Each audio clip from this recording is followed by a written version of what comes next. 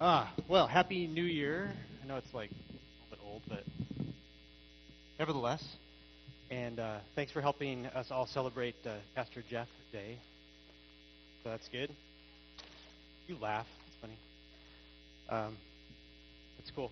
I had a good Christmas. I was up in Reno to celebrate with my family and stuff like that. So I got to see my sister, and haven't seen her in a long time. That was kind of fun. And while we were out there, we decided to go to the movies. Like half the population of the United States went to the movies over the holidays. And but of course, I don't get to go to the movies that much, so I get to see the movies that are old that no one goes to go see those movies. So I got to see The Hobbit for the first time. I know it's been out forever, but I love The Hobbit. Have you guys seen it? Yeah, seen it. Okay, and this made me like want to go back and see the Lord of the Rings stuff. I don't know. I'm a big fan of Tolkien and Lord of the Rings. Do we have any Lord of the Rings fans out there? Yeah, a little. Some of you. All right. Movies and books. So some people are purists and only read the books. If you're not a Lord of the Rings fan, I'll just apologize up front that my whole introduction is Lord of the Rings based. So you're just going to have to just go with it, and it's all right. I'll give you a little background of what I'm doing.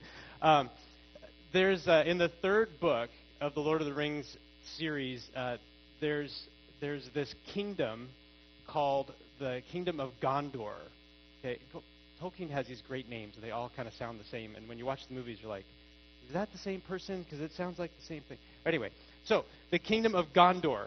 Okay, and this kingdom, for many, many years, had no king. And so while Gondor waits for the coming of the true king, there's these series of stewards that were supposed to rule in his place and be in charge of the land and be in charge of the people. And in this part of the story, in the third book, the steward that's in charge of Gondor, his name is Denethor. Sounds just like Gondor. Denethor and Gondor. Okay, so anyway, Denethor is the steward of Gondor. And as steward of the land, Denethor has the power of the king, but without like the title and without all the honor and all that gets put on the king. He's the steward. Okay? He gets to make decisions for the land and all that stuff, but he's not really the king. Okay? And as a constant reminder of his position as steward, he gets to sit in a black, unadorned kind of rock chair at the foot of this great stately stairway that goes up that leads to the throne. He's not supposed to rule from the throne. He has to sit on the lower step because he's not the king. So, but he's supposed to be in charge until the true king, and his name is Aragorn. When Aragorn comes, he's supposed to give up the throne to the true king. You want to meet Denethor this morning? Yes, you do. Well, I have a short video clip, and in this clip, we have Gandalf the Grey.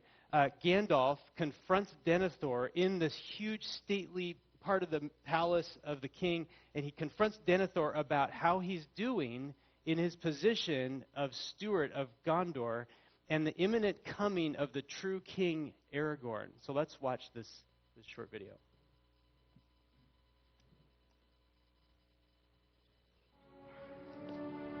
Get up. My lord, there will be a time to grieve for Boromir, but it is not now. War is coming.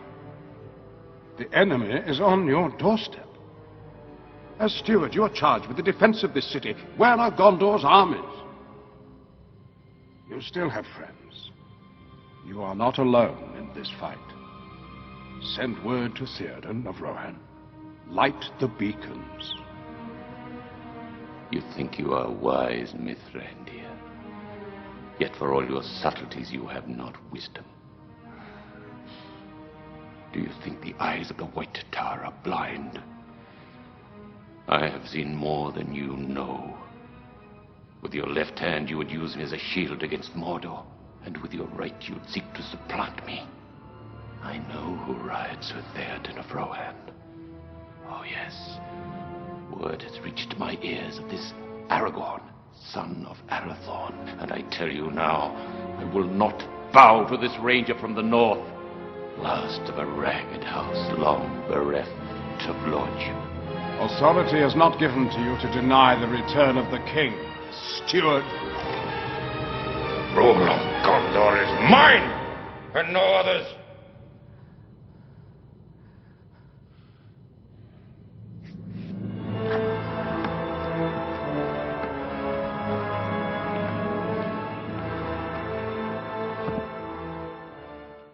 The rule of Gondor is mine, and no others, says the steward of the kingdom of Gondor. Let's talk about stewardship, shall we, this morning? And let's just pretend that our friend Denethor is sitting among us. And indeed, I believe that maybe there's a little bit of Denethor in each of us.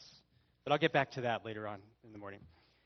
So just so we're on the same page here, stewardship is really simply the careful and responsible management of something entrusted into one's care. Okay? So you can fill that out in your, I'll take notes. See, now's your time. It's kind of like a babysitter. You have kids and you bring a babysitter into your house and you entrust the care of your kids to the babysitter. They're not the parent. They don't own your kids. They're just the stewards of your kids while you're away. And you expect them to be returned to you in good order when you get back from the movies or wherever you went, right? So that's a steward. The concept of stewardship is so rich in the Bible. Scripture teaches us that we're to regard all that God gives us as if we are stewards and not owners. It's true of our wealth, it's true of our gifts, and it's true of our talents, the opportunities that are before us, our relationships. It's true of our children, our spouses, our property, the environment, our businesses, everything God gives us. We are to be stewards. And it's unfortunate that in the church, we tend to use the word stewardship and giving interchangeably, right? It's like when you stand up and talk about stewardship, what you really think we're talking about is tithing or the church budget or something like that. And I just want you to know that I'm not talking about that. I'm not talking about that. And I want to be super clear that there's differences between stewardship and giving and tithing and the church budget and all that stuff, okay? So, and I'm going to give you two differences just to think about, and you can go home and think about them. So that's a good thing. So first difference is that in order to give something to somebody, you have to own that thing first, okay? You can't give something to someone that belongs to somebody else, okay, unless you have the permission of the owner to do that, right? So in Matthew 25, there's this great story that Jesus tells about this man who went away on a trip, and he brings three of his servants together, and he says, this is some property I want you to take care of for me. So he gives, you might remember, like he gives one servant like 5 talents, and another servant 3 talents, and another 1 talent, and then he went away. And when he returned from the trip, his servants gave an account of what they had done with the guy's property. Now, the question is, who's the owner of all those talents? Who's the owner of the property? It's not the servants. It's the guy who went away. He's the owner. The servants were just charged to use and invest, and they were entrusted with the owner's property. Okay, they could not do anything with the property that they were stewards of without the express permission of the owner of that property. Okay, so first, giving is different because we have to own the thing first. Can you imagine giving a gift to somebody that belongs to somebody else? Like, interesting. Like, hey, there's a really cool car outside. I'm going to give it to Ray. So it's the owner of the Mercedes that's outside. Could you just come up and give me your keys so I can give it to Ray? Like, you'd be like, what are you talking about? No, I can't do that. All right, the second thing. Second difference, it involves relationship. You see, we can't even have a conversation about stewardship unless we talk about the relationship that exists between you and God, between me and God. There's a lot of people in the world who give their money or they give their talents or they give their time, but without a relationship with God, those actions are simply good deeds to make them feel good about themselves or maybe to help somebody out or to try and outweigh their good deeds and bad deeds to try and maybe earn their way into the kingdom or whatever it is.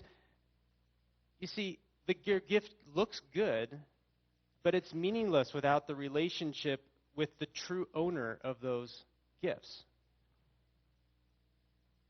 It's only out of a relationship with God that our stewardship means something and it becomes meaningful. No longer are we giving just to fulfill some need that we have or even to fulfill a need that somebody else has or to make ourselves look good.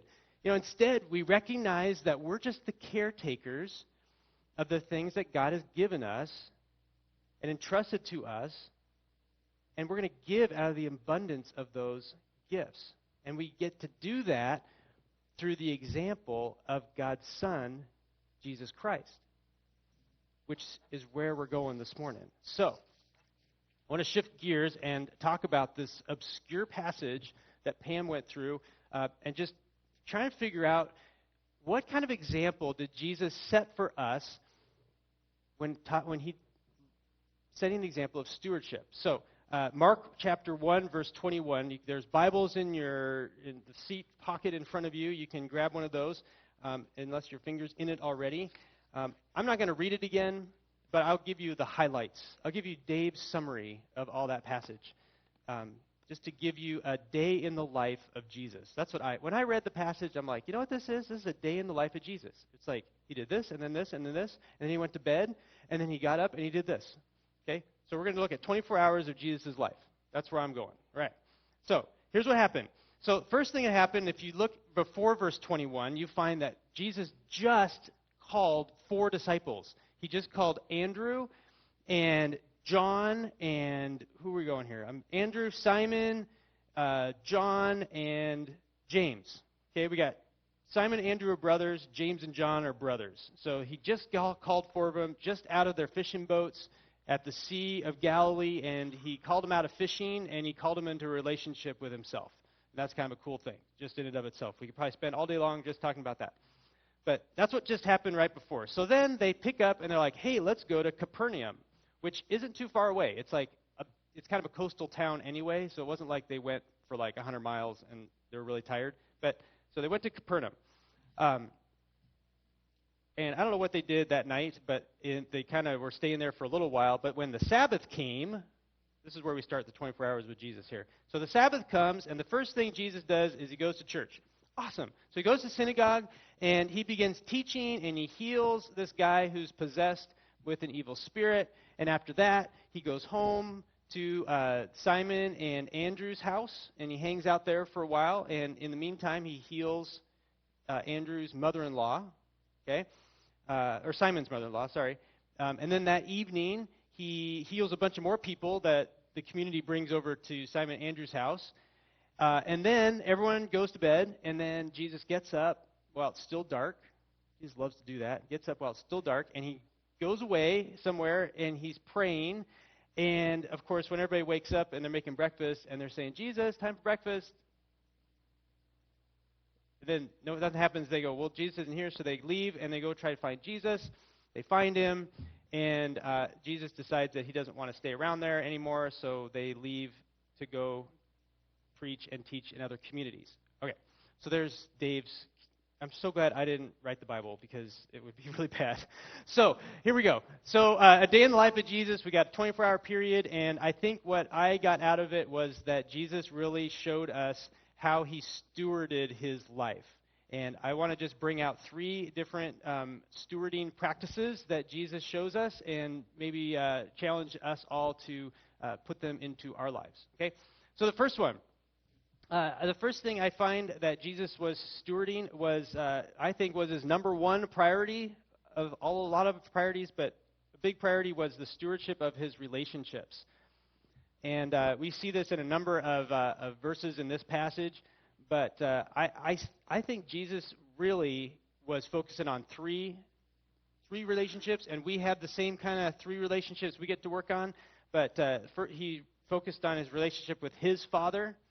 He focused on his relationship with other people, and he focused on the relationship with himself.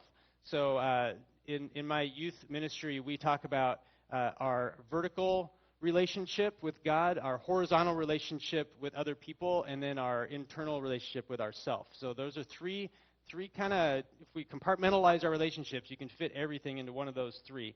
And that's where Jesus focused on this passage. We see it all come out. The relationship with his Father is the foundation of Jesus. Everything that he does is all about his relationship with his Father. And we find that in a number of times in this passage. In verse 22, he talks about Jesus having authority, and it was so unlike the other teachers in the synagogue. And the only way that could happen was because Jesus had a relationship with the true king. The other teachers of the law were more like Denethor. They didn't want to give up their throne of power. They didn't want to give that up to the true king. They were doing it all out of themselves. They wanted to rule by themselves. But Jesus knew who was in charge, and that's why he had such authority, because he had that relationship. Verse 35, he gets up early in the morning while it's still dark, and he goes out to pray. And that was a big part of just making sure that relationship with his dad was cool. Okay? He wants to talk to him. Can't have a relationship with people if we don't talk. Can't have a relationship with God if we don't talk to him. So we find that that's kind of what he was doing. And, it didn't matter to him that he was denying himself sleep or denying himself, the comfort of the house. He was just going to go out and do that and have a conversation with his Father. The passage is full of relationship with people as well. So his horizontal relationships were all in this passage. Just the fact that the people just couldn't get enough Jesus, that's just totally screams out that Jesus was just a master of relationships. He got along really well with people. But more specifically, I love verse 31 and 32. Okay, you got to look at that. So just, if you have it. 31 and 32. Jesus heals Simon's mother-in-law, and then she gets up and begins to wait on them. And then verse 32, that evening after sunset, I wish, if I wrote the Bible, I would do this. I would put a horizontal ellipsis between 31 and 32. You know what that is? ... Horizontal ellipsis. Okay? Cool thing. You learned something this morning. Okay. The fever left her, and she began to wait on them. Horizontal ellipsis. That evening after sunset, Seinfeld would say yada, yada, yada in there. Okay? She began to wait on them. Yada, yada, yada. That evening after supper. Or after sunset. Something happens in there. It didn't just... There's something missing. And I think that all that was in there in that ... in that horizontal ellipsis was relationships. That's what was going on. Because when she waits on them, that means they're eating and drinking and hanging out together. And Jesus loves having meals together with people. That's why we're doing communion today. He loves communing with people. And that's what was going on there. And there's this three little dots that I would put in would be a huge amount of time that Jesus was focusing on people. I mean, he was welcomed into this home and was hanging out with people. It was huge. So that's what I think was happening in 31 and 32. My own commentary. I see stewarding his relationship with himself as well. I mean, he got away by himself to pray, but I think that he did that on purpose. I think he could have prayed in bed like we all do, in the morning. Oh, please bless my coffee I'm about to make. But I think he decides to get out to be alone, so he gets away from the distractions, he gets away from all those people, so he can kind of just make sure that he's okay. Okay, so that's another thing that I see in that passage. So that's our first example. Jesus is setting for us, the stewardship of our relationships. So how are we carefully and responsibly managing our relationships on a daily basis? Think about all the relationships that you have. Probably a lot. You could probably spend all day listing all the relationships that you have. You have the relationship with a loving God who wants to spend time with you and wants to hear from you and wants to talk with you. Your relationship with your spouse and your kids, your coworkers, your friends, the Sunday school class you teach or the youth group that you are hanging out with, your neighbor, yourself. We're all just stewards of those relationships. You didn't create any of those. God has given all those to you, and you are to steward those well. So Jesus, stewarding relationships. The second thing I see is that he's stewarding his talents really well. Talents and gifts. I'll put those in together. Verse 22, we find Jesus teaching. Verse 28, the word of his teaching and healing is beginning to spread around the whole region. Verse 34, people from all over town recognize Jesus' talents and gifts and his ability to heal and teach and cast out demons. And they came in huge crowds to experience it for themselves. Let me just really simplify this short passage real quick. I see Jesus has really incredible teaching gifts. That he's good at speaking to and engaging with really large crowds really well. And he obviously has the spiritual gift of healing. Okay? So just three things that I find. There's probably a whole bunch more in there, so don't come to me after group and be like, come on, Dave, this is Jesus we're talking about. He has way more than those three things. But those three things I see right now.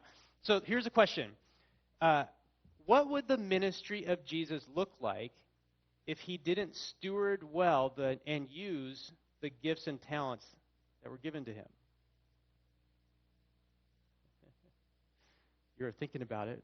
What if the stewardship of his talents just wasn't a priority to him? I know I got a healing gift, but I could use that right now. How effective would Jesus' ministry be? All right, those are kind of silly questions to ask because the reality is that we see Jesus using those gifts and to further the kingdom and to draw people closer to him and closer to God. Well, let me ask you, the church, similar questions. How effective will the church be, Big C Church, Church Universal? I'm not necessarily talking about our church, although it kind of fits. But how will the church be at drawing people closer to him, building the kingdom, being effective if we don't use our gifts and talents that are given to us? What would our church look like if our gifts and talents and the use of those just aren't a big priority? I got talents, but I'm just not going to use them on Sundays. I'm going to use them at work with my coworkers. I'm not going to work with those people at church. No, I'm not going to work with the kids over there. I'm not going to use my gifts over there. I'm just going to do it over here. Okay? How effective will the church be? Well, I don't think it's very effective, okay, obviously. But, church, it's time that we really take a close look at where we are at with our gifts and talents and make sure that we are stewarding them well in the church. We can't come to church and expect this is all it is. Because God says, I've given you more. You're not being a steward. You're not on the throne. You're at the base of the throne. I am on the throne. He's on the throne of our life. Use your gifts and talents. They're on loan from God. They're on loan. Use them. The third thing that I see Jesus stewarding is his testimony. Jesus had a message to teach. He had a story to tell. He knew that it was not something just for his small group of guy friends that he was hanging out with. It was not just for that. It was for the whole world and for everyone that he was around.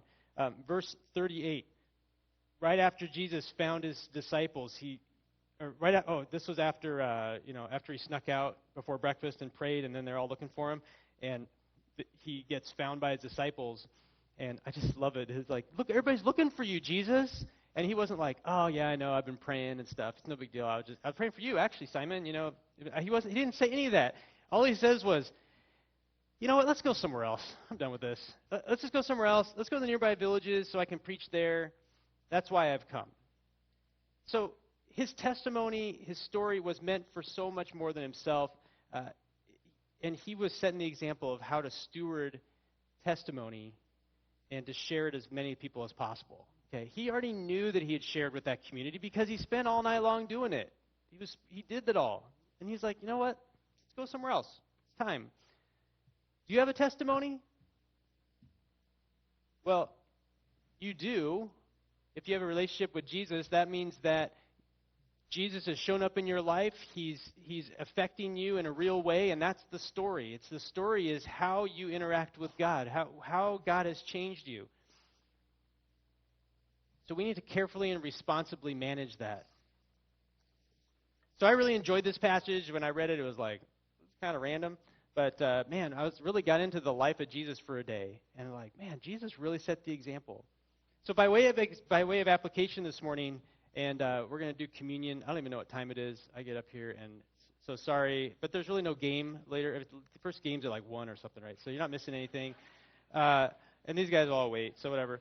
But by way of application, and just to prepare for our communion this morning, I just wanted us all to be encouraged, but also just to look more deeply into how we are doing in our stewardship of our lives, especially in the area of our relationships and our talents and our testimonies. I said earlier that I believe that there's a lot of the steward denethor in each of us. I think that in one time or another, or one way or another, we have cried out, "The rule of Gondor is mine and no others." The rule of my life is mine and no others. I'm in charge. I'm in charge of my money. I'm in charge of my relationships. I'm in charge of all that thing and no others. But we're just stewards, folks. We're stewards of those gifts. We're stewards of those relationships that God has given to us. They're just on loan from God. We have a lot of freedom in how we use those gifts. God gives us a lot of that. But I love Gandalf's, his thing that he said. Just to spark him, he says, "Authority is not given to you to deny the return of the king." Guys, we can go through life thinking it's all about us, thinking that we own it all, that it's all us. But the reality is that we're just stewards, and we're just in service of the great king.